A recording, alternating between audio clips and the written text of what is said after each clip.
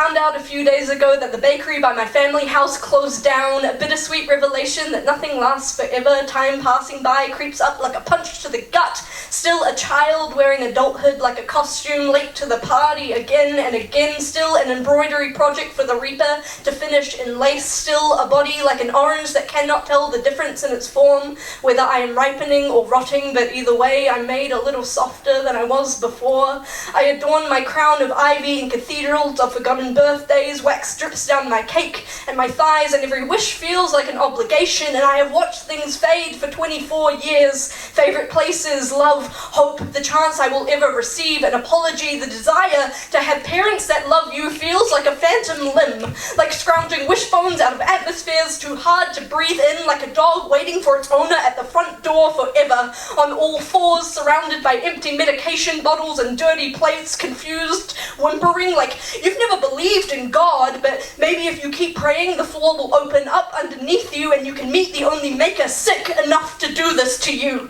You'll never see their face, but you can only note that it looks like your parents, and you can demand answers, but the only word that will squeak out is why. Tail between your legs, the devil turns the ivy on your head into thorns and sends you on your way to a pool of tears to wash away another sins you have been wrapped in by someone who was only ever meant to wrap you in their arms.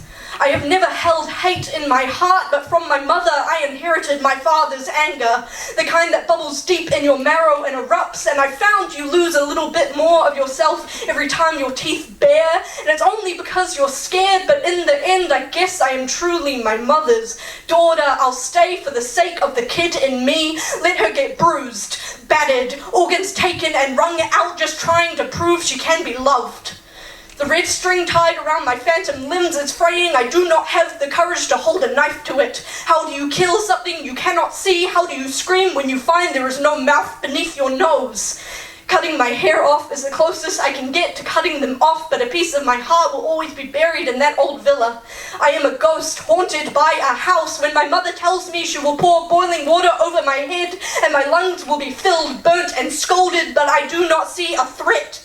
Only a challenge to keep inhaling. Sometimes you forget life is supposed to feel like a deep breath, not a gasp. When my father punches the wall by my head, I will curl up inside of it and take all my organs back, tuck them into silk sheets and climb into the middle just to feel held by something that isn't quite myself. I stroke my own hair, I kiss my own cheek, I ripen. I bake myself caramel slice that tastes almost the same as the bakery that always remembered my order. It is gone, and so is that girl who visited, scared, alone, bruised and battered.